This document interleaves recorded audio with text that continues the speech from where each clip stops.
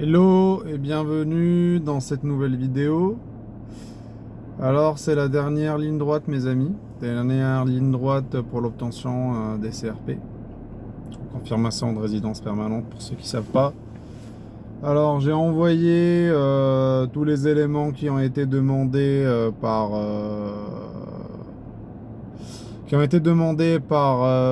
IRCC ou CIC comme vous voulez dans leur mail de communication là pour la brune, ce qu'on appelle la brune.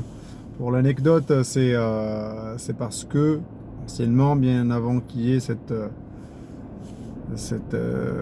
communication électronique, de la demande d'envoi des passeports ou des pièces complémentaires, on envoyait ça dans une sorte d'enveloppe fabriquée avec du papier recyclé qui avait cette couleur brune. Donc voilà un peu pour l'anecdote. Donc j'ai tout envoyé par Chronopost. À ce stade-là, je voulais pas prendre de risque, franchement, parce que je me dis au point où j'en suis, avec toutes les dépenses que ce projet d'immigration a déjà occasionné, franchement, pour 30 € de plus, vas-y, il n'y a pas de souci. Donc dernière ligne droite, mais je me permets quand même de vous faire un quid ou une petite analyse rétrospective de tout ce processus d'immigration.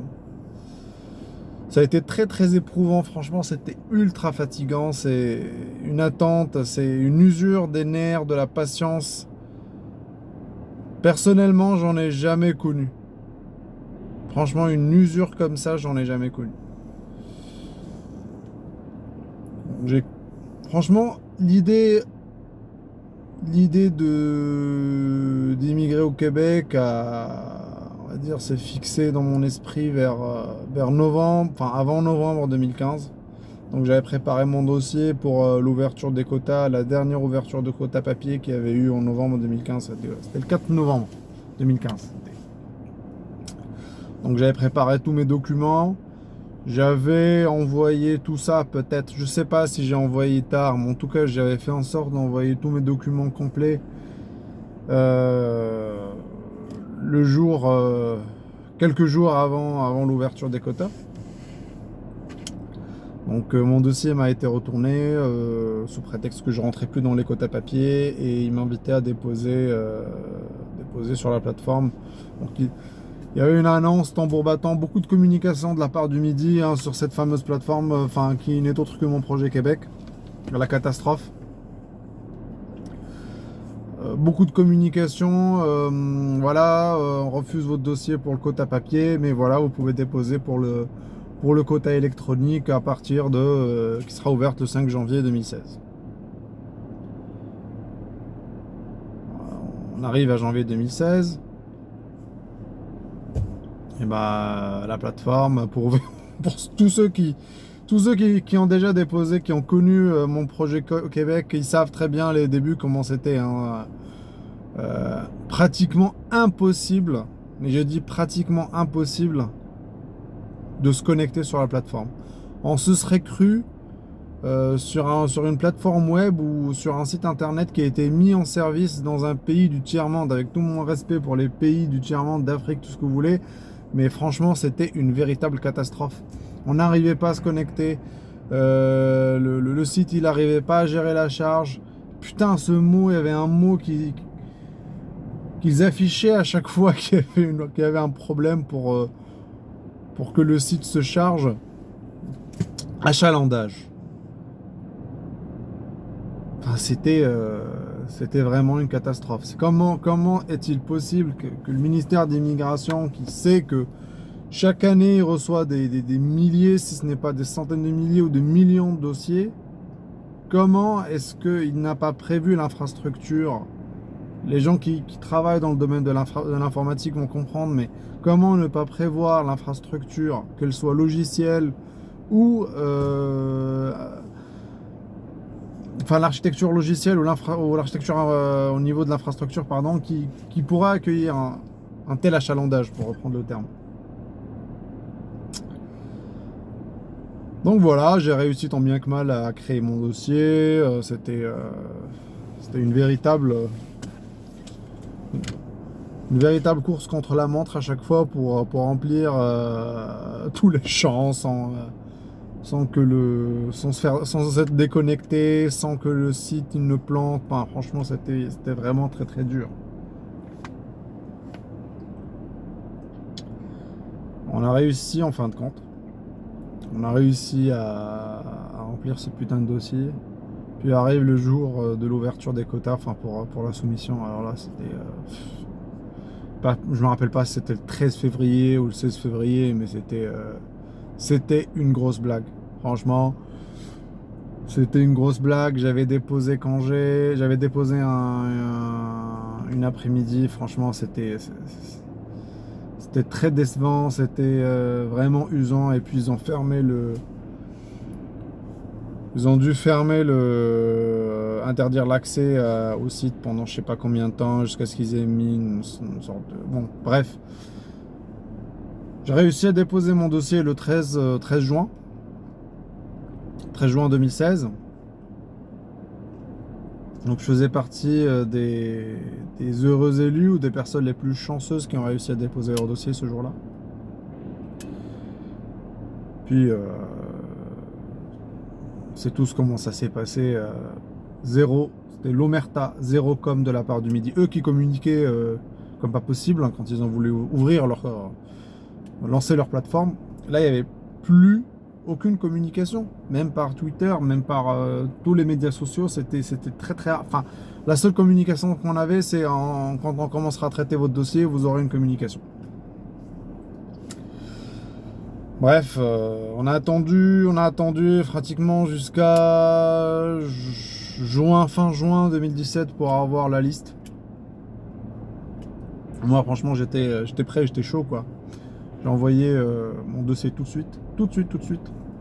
J'ai envoyé mon dossier juste après avoir reçu la liste. Puis après, intention de rejet pour un truc que je leur ai déjà envoyé, que visiblement ils ont perdu ou qu'ils n'ont pas retrouvé parmi les documentations, bref. Donc j'ai renvoyé ce doc, puis omerta, plus rien, jusqu'au 6 juin 2018. Alors, je me rappelle c'était minuit. Je vérifie, j'ai rarement mes mails après 18h, mais minuit, j'ouvre mes mails, je me dis, ah putain, il y a un mail du Midi. C'est tellement inhabituel que tu te dis, mais c'est sûr que c'est soit une bonne nouvelle, soit une mauvaise nouvelle. Donc c'était une bonne nouvelle. Donc j'avais reçu mon CSQ, galère pour le télécharger comme pas possible. Comme quoi il fallait nous emmerder jusqu'au bout. Dans les jours qui ont suivi, dans les 20 jours qui ont suivi, j'ai constitué mon dossier fédéral. Puis tout est parti, quoi. Tout est parti. Alors dossier fédéral, c'était autre chose. Franchement, quand on voyait les délais qui se rallongeaient de mois en mois, on voyait des mois qui se rajoutaient comme ça. Enfin, c'était limite. J'ai envoyé mon dossier, la procédure était à 15 mois. On est arrivé en mois de juin, c'était 22 mois, enfin 21 mois. Corrigez-moi si je me trompe. C'est là où je me suis dit, non, enfin franchement, attendre comme ça, peut-être que je vais émigrer au Québec, je vais émigrer au Canada quand je serai à l'âge de la retraite. Enfin, c'est plus possible, je pouvais plus attendre, je tenais plus en place, j'étais perturbé tout le temps. Franchement, j'étais dégoûté, je me disais que je m'étais carrément trompé sur la procédure à enclencher. C'est là où j'ai décidé franchement de chercher du travail sur place. Donc les journées du Québec étant programmées pour le mois de juin, j'ai saisi l'occasion. Paf. Création de mon compte. Là cette fois je l'ai fait sérieusement avec un CV rédigé à la québécoise minutieusement. J'ai regardé. Je vais d'ailleurs vous faire une vidéo par rapport à ça. Enfin, comment rédiger un CV à la québécoise et un CV qui soit bien sûr pertinent et percutant. Donc j'avais rédigé mon CV bien comme il fallait, une lettre de motivation précisant un petit peu mes démarches, où est-ce qu'elles en étaient, puis ce que je voulais faire et mes motivations pour aller immigrer au Canada. Et j'ai bien sélectionné mes offres, donc il y avait pas mal. Pour ceux qui savent pas, moi je suis directeur de projet, dans le domaine de l'informatique et des télécommunications. Donc j'avais bien ciblé mes offres. Et cette année-là, bizarrement, il y avait beaucoup d'offres dans ce domaine-là.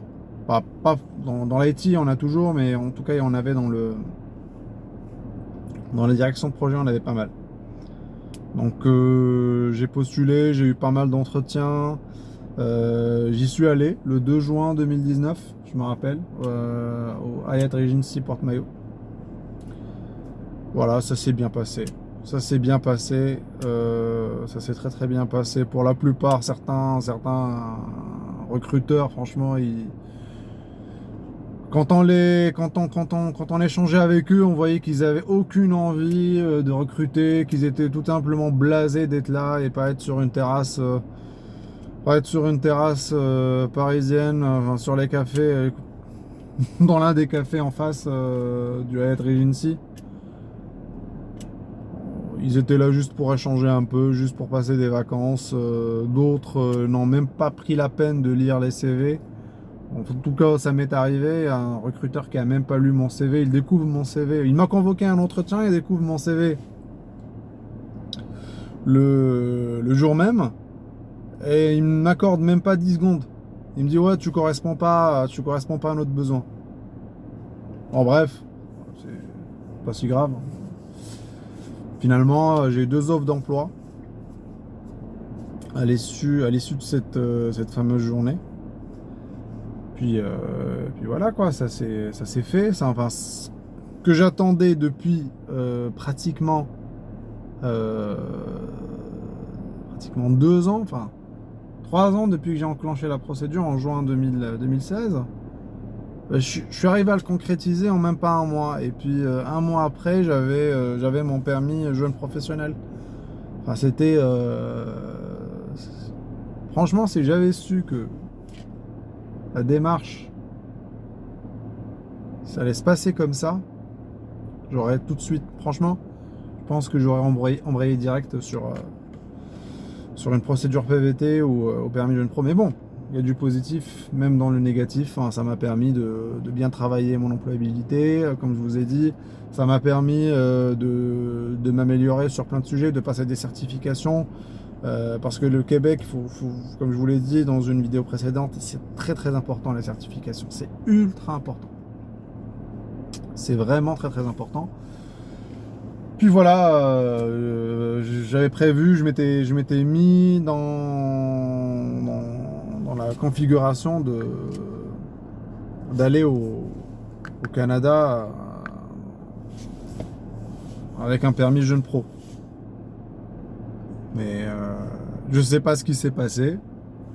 En tout cas, je pense que c'est le BVC de Paris, un bureau des visas bureau des visas de Canada de Paris qui a peut-être liquidé ses dossiers ou qui s'est réveillé ou qui a recruté des intérimaires, que sais-je, qui s'est mis tout de suite à liquider les dossiers en cours. Donc je pense que j'étais pas le seul. Tous ceux qui étaient rattachés au bureau des visas de Paris ont eu droit à un traitement express. Donc fin août, visite médicale favorable début septembre. 10 septembre, décision prise. La brune que j'ai reçue, enfin la fameuse brune que j'ai reçue le 17 septembre, enfin une semaine après, quoi, 7 jours. J'ai bien harcelé le bureau des visas de Paris. Il me disait votre demande est en cours de finalisation. C'est-à-dire quoi finalisation? Moi j'ai répondu tout de suite, je lui ai dit mais il faut me dire ce que c'est en cours de finalisation, que c'est quoi la décision qui a été prise, où on est cette finalisation quand même, bordel de merde. Et voilà, à la fin, retour de ces mails d'harcèlement que je leur envoyais, enfin entre guillemets, hein, c'est pas du harcèlement, mais je restais cordial, mais j'étais un peu insistant. Donc j'ai reçu cette fameuse brune. C'est l'aboutissement d'un parcours. Franchement, je dirais pas ça avant d'avoir reçu les CRP, mais là, il y a vraiment très peu de doutes par rapport à l'aboutissement de cette procédure. Et franchement, comme je vous l'ai dit dans mon dernier article, Si vous n'avez pas eu l'occasion de le lire, bah, c'est l'occasion. Pour les plus jeunes, franchement, évitez la résidence permanente. Pour le moment, résidence permanente pour le Québec, si vous avez les épaules, si vous avez le porte-monnaie, tout ce qui compte pour l'Express Entry, faites l'Express Entry ou l'entrée express. Il y a vraiment des chances pour se faire sélectionner par l'Alberta, par l'Ontario, enfin surtout en tant que Français, en tant que francophone. Si vous avez un bon TEF, vous allez être sélectionné immédiatement. Il faut juste avoir le bon porte-monnaie pour l'entrée express. Et franchement, ça en vaut la peine. Hein. C'est beaucoup plus intéressant. Puis après, si vraiment vous êtes vraiment focus sur le Québec, PVT, hein, si vous êtes éligible PVT, le PEC étudiant, bah voilà, il a été, il est fermé pour le moment. Je sais pas quel avenir, hein, enfin, qu'est-ce qui va être fait dans l'avenir par rapport à cette procédure-là, programme d'expérience québécoise étudiant. Mais par rapport au programme d'expérience québécoise pour suite à PVT ou suite à un permis jeune professionnel, franchement, les jeunes foncez, hein, si vous êtes éligible, foncez. C'est tout ce que je peux vous dire. Il y a Québec en tête, il y a les Journées du Québec, il y a des salons de recrutement virtuels, ça je ne le savais pas, mais c'est des gens du forum qui m'en avaient donné le lien. Il y a ce qu'on appelle aussi Destination Canada, il y en a pas mal qui sont organisés chaque année. Franchement, il y a de quoi se faire. Enfin, il y a possibilité de se faire recruter. Même si votre domaine est peut-être restreint, peut-être réglementé, vous pouvez prendre quelque chose un domaine qui soit connexe. Enfin, je sais pas, ça dépend du domaine de chacun, mais franchement, il y a de quoi faire. Il y a de quoi faire parce que voilà, il y a des domaines pour lesquels on disait mais le recrutement d'étrangers était impossible. Bah, aujourd'hui, ça se fait, hein, comme la commission scolaire de Montréal qui recrute pas mal de professeurs et d'instituteurs. Donc, bah, pour les plus vieux, ceux qui sont pas éligibles à ces types de permis, bah, franchement, travaillez votre employabilité. Comme j'ai dit, vous avez plus de 35 ans, vous avez certainement plus de 10 ans d'expérience. Ou au moins 10 ans d'expérience. Et cette expérience-là, il faut savoir la valoriser, il faut savoir la vendre pour se faire recruter. Il y a aussi toute une technique pour amener l'employeur à vous sponsoriser. Puis si vous êtes en couple, sachez que si on a un qui est étudiant, l'autre peut partir avec un permis de travail ouvert, il peut décrocher un emploi assez facilement, suivant le domaine. Et lui, il peut vraiment embrayer sur le PEC. Donc c'est tout ce que je peux vous dire. Tout ce que je peux vous dire, je suis soulagé franchement d'en avoir pratiquement fini avec cette procédure. Cela n'entame pas, hein, franchement, mon intérêt pour le Canada, pour le Québec, ma volonté de vivre là-bas, de m'installer là-bas. Et j'espère réussir là-bas surtout. Puis voilà. Donc si vous avez regardé cette vidéo et puis que vous avez aussi une procédure en cours, partagez avec nous là où vous en êtes, quel niveau vous en êtes, vous êtes au niveau provincial, au niveau fédéral, quelle procédure avez-vous choisi, êtes-vous sur place, êtes-vous en permis PVT, étudiant, comment vous voyez l'avenir, si vous êtes installé, partagez votre expérience, ça peut m'être utile, ça peut être utile à d'autres personnes. Donc voilà, moi j'ai beaucoup bénéficié des partages d'expérience, que ce soit sur le forum ou des gens qui font des vidéos sur YouTube. Donc je souhaite faire la même chose. Alors, je souhaite partager mon expérience avec vous et puis dans la mesure du possible pouvoir inspirer d'autres personnes et leur permettre d'éviter les écueils et puis éviter de commettre les erreurs que moi j'ai commises lors de mon process d'immigration. Voilà, voilà. Bon, eh ben, à très bientôt. N'oubliez pas de vous abonner et puis si vous le souhaitez bien sûr. Et puis si la vidéo vous intéressait, n'hésitez pas à la partager et la diffuser. Au revoir.